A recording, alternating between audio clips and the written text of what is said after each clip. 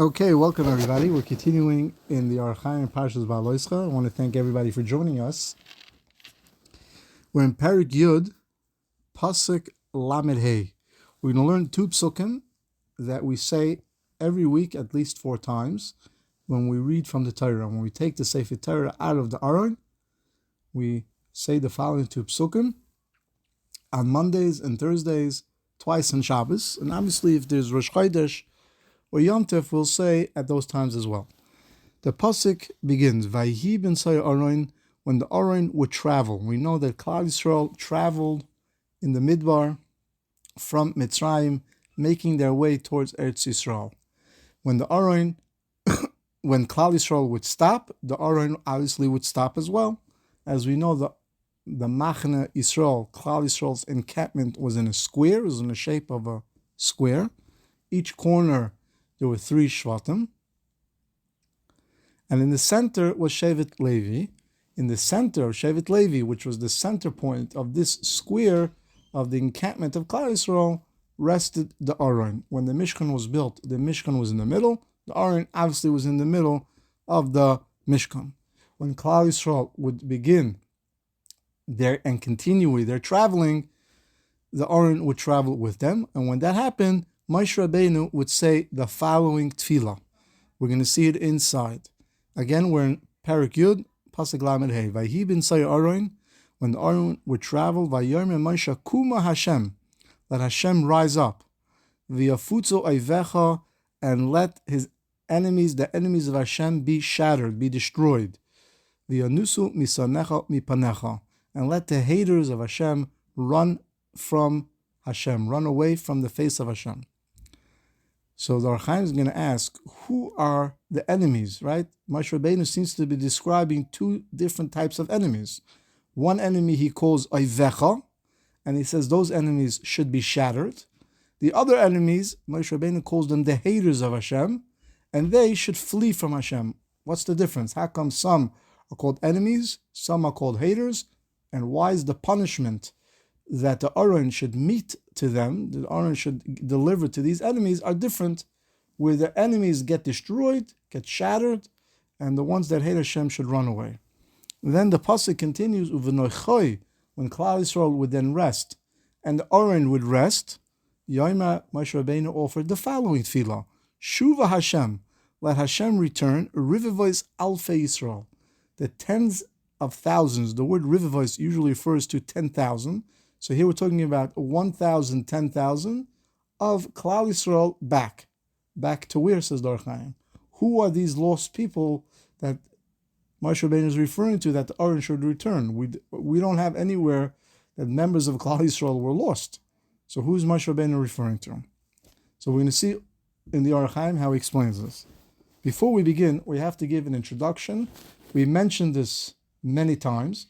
This is a theme throughout the Hachaim, as well as other Sifrei Kabbalah, that when Adam Rishon, before the Eitz Hadas, was the perfect neshama, made up of all of 600,000 root neshamas of Klal Yisrael. Klal Yisrael is made up of 600,000 different root neshamas, and every member of Klal Yisrael throughout the generations come from one of those 600,000 root neshamas. Obviously, today, unfortunately, we don't know who they are. We don't have the tzaddikim to tell us. But it could be here, all of us come from one root neshama. Could be have a family of 10 different people. They all come from 10 different neshamas. It could be that in a shul of 200 people, right, they could all come from the same root neshama, 20 different neshamas, 200 different root neshamas. We don't know. But we know that they made up the neshama of Adam Rishon. In addition, Adam Rishon lived in the perfect world. There was no Tumah, there was no Averis. There was a perfect, pure, Kedusha Dika world. When Adam Rishon did the Avera of eating the Eitz Hadas, he shattered the perfect world, sending the sparks of Kedusha throughout the world. Where those sparks of Kedusha fell, that became centers of Tumah, centers of idolatry. The main place at that time was Mitzrayim, as we know. Klal Yisrael had to go into Mitzrayim to draw out the sparks of Kedusha. They were so embedded in the Tumah that it took Klal Yisrael such a long time to get it out. was only because the Egyptians made us work exceedingly hard. They made us extremely suffer in an exceedingly unhuman manner, that we were able to actually draw out the sparks of Kedusha much faster, and that allowed us to leave even further. Just as a important note, throughout Klal Yisrael's journey in the Galus, the reason that we went from country to country, as we're going to explain in a second, was to draw out the sparks of Kedusha that fell into each specific country. As we pulled out the sparks, Hashem caused us to leave, right? You would look at it as the natural course of history, as it just happened that we were thrown out of a country. But really, Hashem designed it that way for us to go from Eretz Yisrael to Bavel, to Persia, from Persia to Iraq, to Iran, from there to Africa, from there to Europe, to Spain, to Portugal, to France, to England, to Germany, to Poland, to Russia, so on and so forth, and eventually to the United States, and eventually to other places in the world as well. We've mentioned this as well. Hashem in His great mercy did not force us to go to China. Rather, He brought China to the United States. So when we consume food from China, when we use food from China, when we use things, especially for Dvar Kedusha, we can take the sparks out from there. Many Chachamim say that Hashem had mercy on us. We didn't go to Japan as well. Hashem deposited the yeshiva Mir that was there throughout the world. Their learning in Japan and in Shanghai allowed a lot of the sparks of the Kedusha to leave from there, alleviating us from that problem. That's a side point, but that's the main point of our job in this world. When Klal Yisrael went through the Midbar, that was their job as well, to draw out the sparks of Kedusha that fell throughout the Midbar. The Midbar is a desolate place, a place known that the demons, the Shadim, would traverse, would hang out there, and it was a place that many magicians and witchcrafts would practice their sorcery there, because it was a place conducive for black magic. So now, when Klal Yisrael would travel from place to place, whenever they finished gathering the sparks of Kedusha in a specific place, they went on to the next place that Hashem wanted them to go. So with that understanding, we're going to look inside the Hachaim in Pasuk Lamed Hey. Tzrichen l'das kavanas hamayma. The Yisbar HaKosav in the Pasuk can be explained al pi devreim sherishamnu b'kam mekaymos. Shetam halichas Yisrael b'midbar. The reason that Klal Yisrael went to the Midbar, as we explained, was to draw out the sparks of Kedusha. Now the Hachaim explains the two types of Tumah that have captured the Kedusha. As we also mentioned in previous Shurim, Tumah can only exist if it has Kedusha. Everything in the world can only exist because Hashem is mashpia, His Kedusha, His Shefa onto the item. If Hashem would remove, even for an instant, His Kedusha, that item would disintegrate. So too refers to Tumah. Now, Tumah works in two ways. The Hachaim calls the Tumah here Chitzonim, the outsiders. Why? Because anything that's not Kedusha is outside of Hashem. So that's why it's called Chitzonim.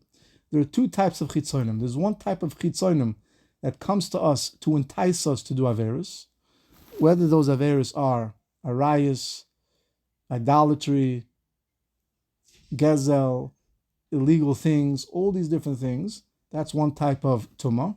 The other type of Tumah is suffering, things that cause us hardship.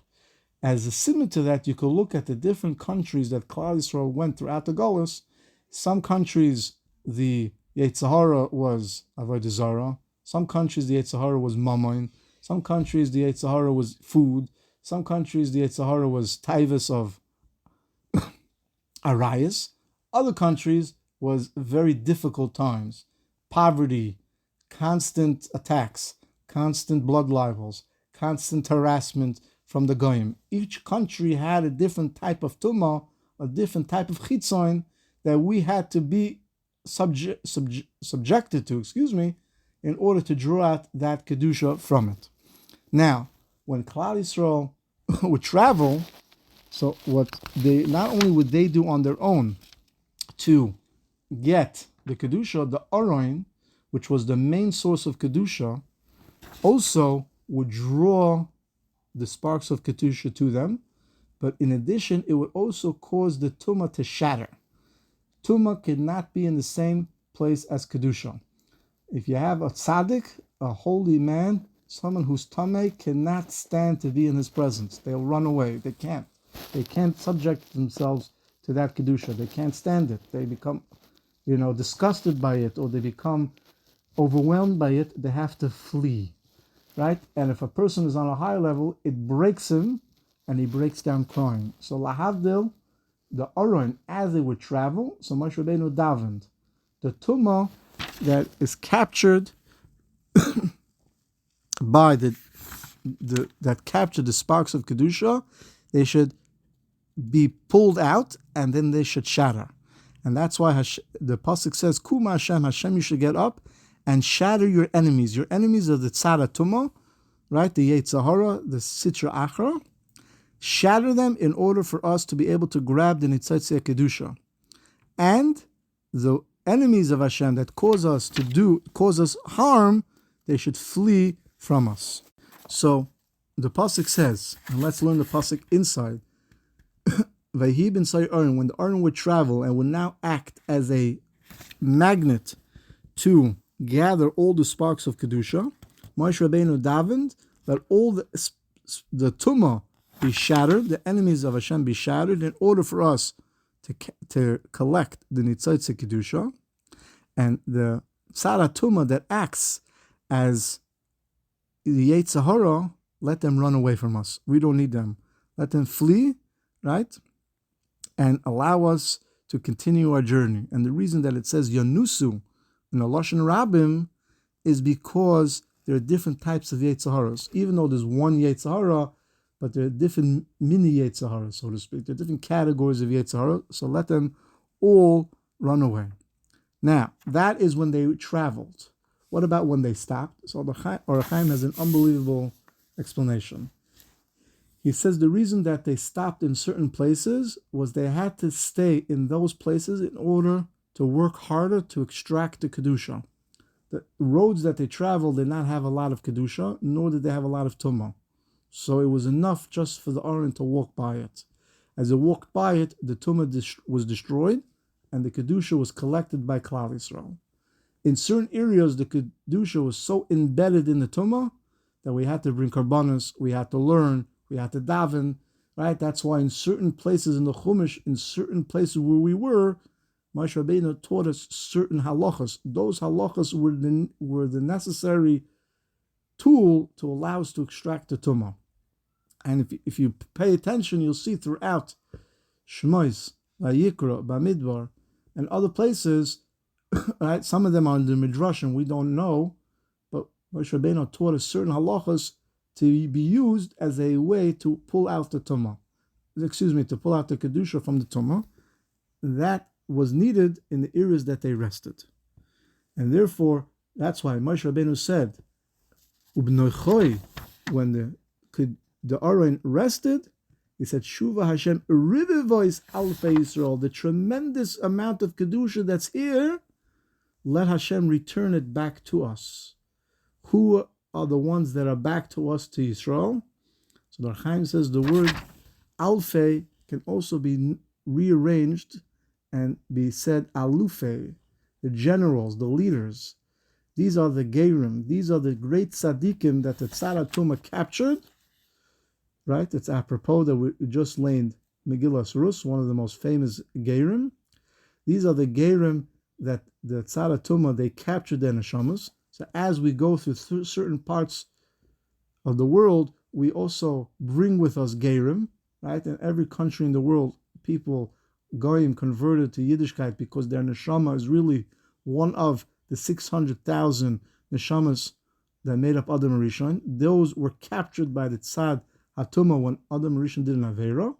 So Moshe Rabbeinu says to the Aaron, I'm davening to you to please act as a vehicle to return the thousands, the tens of thousands of neshamas that the Tzad HaTumah captured. And that's specifically in the places that the Aaron rested, because those were the heaviest concentration and the heaviest embedment of the Kedusha in the Tumah. and that needed the most work to pull them out.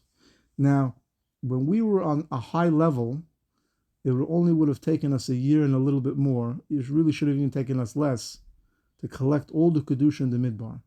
But when we did the Avera, the Meraglim, and we did the Lashon Hara, which was even worse in many ways than the golden calf, the Egel Azov, and Hashem said, you're not going to Eretz Yisrael, we dropped tremendously on a level of Kedusha, and we now needed 40 years to circle around the desert.